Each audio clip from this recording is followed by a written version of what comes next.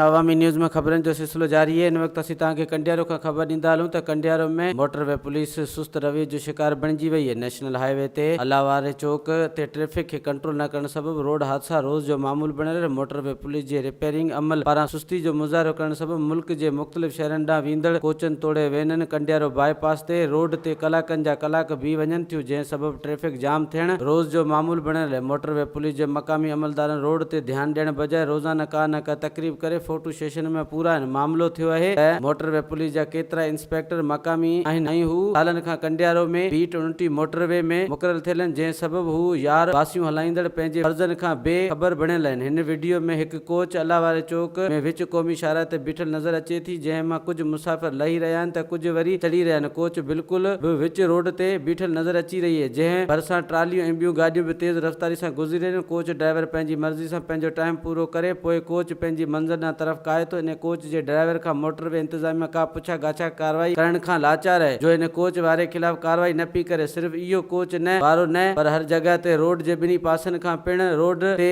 वेनू कोचूं भी मुसाफ़िर खणनि थियूं। इन कोचनि वेनुनि वारे खिलाफ़ मोटरवे पुलिस कार्रवाई कंदे नज़र नथी अचे, बाक़ी ॿियो केरु कंदो। कंडियारो भरिसां ॻोठ जाम नूरला वटां हिकु ख़तरनाक मोड़ पिण अची थो, जिथां कोचूं वेनू तेज़ रफ़्तारी सां अचनि थियूं। हिन तेज़ रफ़्तारी सबबि केतिरा ई रोड हादसा पेश आया आहिनि, जंहिं करे केतिरियूं ई क़ीमती इंसानी जानूं ज़ाया थियूं। हिन ख़तरनाक मोड़ ते मोटरवे पुलिस कॾहिं बि कार्रवाई कंदे नज़र न आई। कंडियारो भरिसां डिग्री कॉलेज मोड़ वटि हिकु ख़तरनाक मोड़ जिते पिण केतिरा ई भेरा हादसा थियनि, पर इन मोड़ ते बि मोटरवे पुलिस कार्रवाई कंदे नज़र न आई आहे। ॻाल्हि इहा आहे त जेकॾहिं मोटरवे पुलिस जी पेट्रोलिंग कंदड़ गाॾियूं कुझु टाइम हिन ख़तरनाक मोड़ ते बीहनि ऐं ड्यूटी ऑफिसर मोड़ वटां तेज़ रफ़्तार सां गुज़रंदड़ गाॾियुनि जे ख़िलाफ़ कार्रवाई अमल में आणे त केतिरियूं ई क़ीमती इंसानी जानूं बची सघनि थियूं। शहर जे सियासी समाजी तंज़ीम जे अॻवान जो चवणु आहे त कंडियारो मोटरवे पुलिस पंहिंजी खानी पूरी करण लाइ तकरीबूं कराए खाना पूरी करे रही आहे, जेको अमल सरासर ग़लति आहे। कंडियारो क़ौमी शाहरा ते उतियल आबादी आहे, जितां पिण वॾियूं गाॾियूं वेनू कोचूं तेज़ रफ़्तार सां गुज़रनि थियूं, पर मोटरवे पुलिस को बि तहरीक वठण लाइ तयार न आहे। मोटरवे पुलिस जे अमलदार रुगो फोटो सेशन कराए रहिया आहिनि। सियासी समाजी तंज़ीम जे अॻवाननि IG